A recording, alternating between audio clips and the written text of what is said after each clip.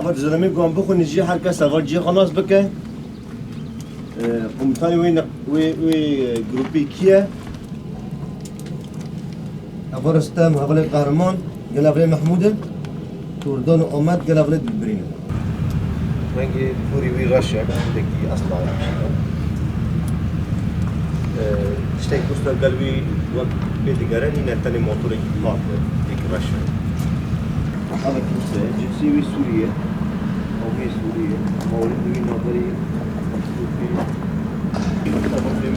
رقم 1 رقم 2 رقم 14 رقم مال پرایویه رقم 2 رقم 14 مال پرایویه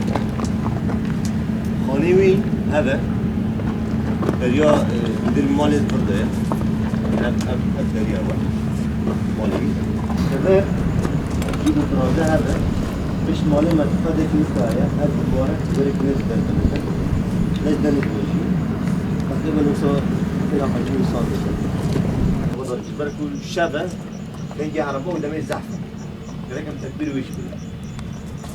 ما تكبير ميكان قدر كم يتمشى مرة بس بيجي جروب يقول دمشى هذا فرق ولا ده بيجي لهم يوم قلت لي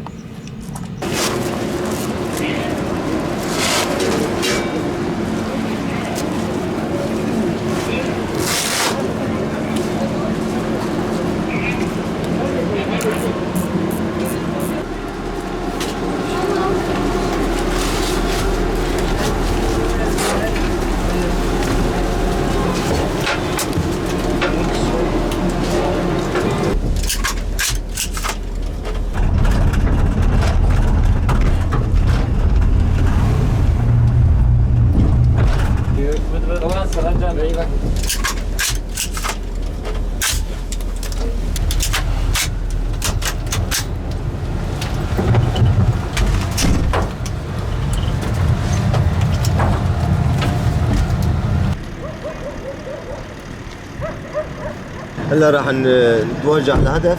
رفاق بجهزوا حالهم وراح نروح بعدين نطفي الأدوية سيارات وراح نمشي على الهدف.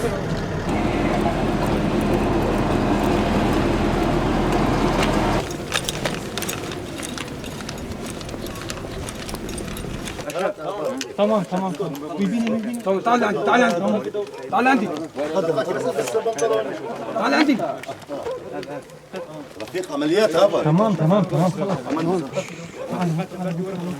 كوارش تسلح يبقى اشرف انتباه كل متواجد داخل المنزل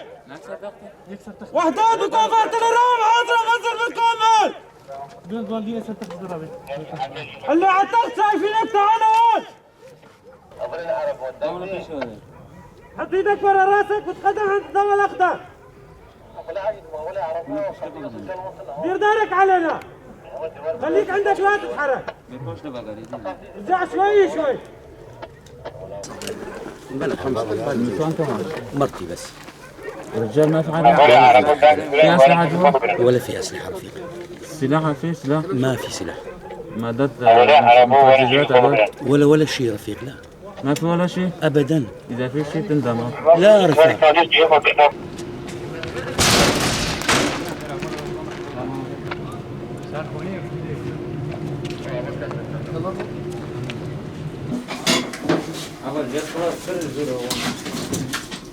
وضربت دقيقة قبل نهايته ليش ودي؟ ها؟ ليش التلفون دي؟ ليش؟ بنفوق على جيبك يا وزن؟ تمام كات تلفون تغبر كات كل شيء دقيقة